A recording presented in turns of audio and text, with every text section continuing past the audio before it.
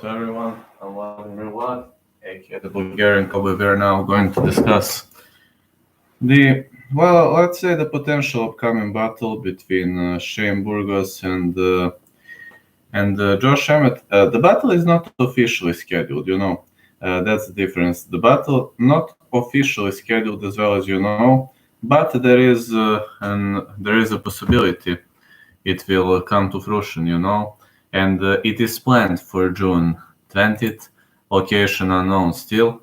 And to be honest,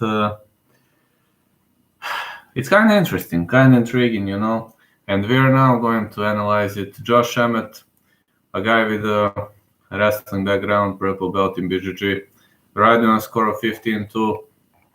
Very, very powerful name. The former WCFC lightweight champion. Like I said, when he arrived to the UFC, he was undefeated. West Coast champion with a score of 9-0. Scores the victories over John Tuck, Scott Holtzman, Felipe Arantes. But he turned out into a knockout artist in the last four fights. In the last three, sorry. Ricardo Llamas, Michael Johnson, Mercer Bektik, he scored knockout victories. Jeremy Stevens is the only guy who turned the lights out on him. Very great puncher, especially that right hand is so brutal. He likes to brawl, he likes to punch. He is good on the ground. I mean, I can call him a real mixed martial artist, but he is very, very good and very powerful on the ground. Looking back at Shane Burgos, well, his nickname, the Hurricane, speaks all.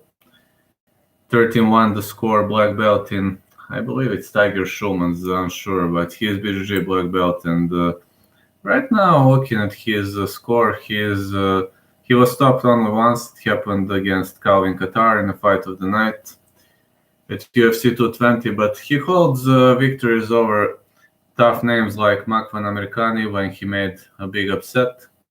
Cap Swanson, it could have gone either way. Kurt Holbo. Well, that armbar was nasty. And looking now at Shane Burgos, now I'm looking at his previous records. He has a fantastic, fabulous ground game. I can only say one thing about this guy. Don't go to the ground with him.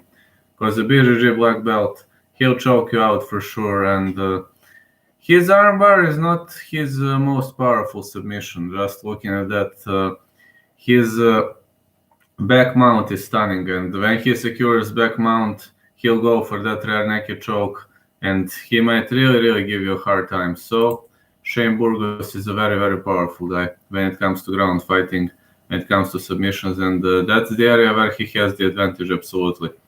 Josh Emmett looks to me like a stronger guy, like a guy with better takedowns, with better slams.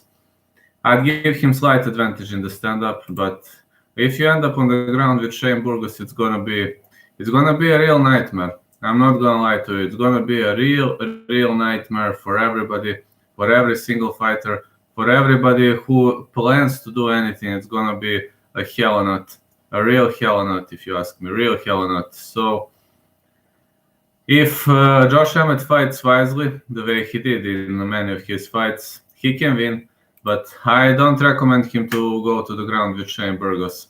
Because Shane Burgos, I mean, Makwan Amerikani had good submissions, and Shane Burgos TKO'd him. But there is a difference between Josh Emmett and Shane Burgos, because Josh Emmett is stronger guy, very much stronger guy, and it's gonna be fun to watch this fight. It's gonna be very, very fun to watch this fight.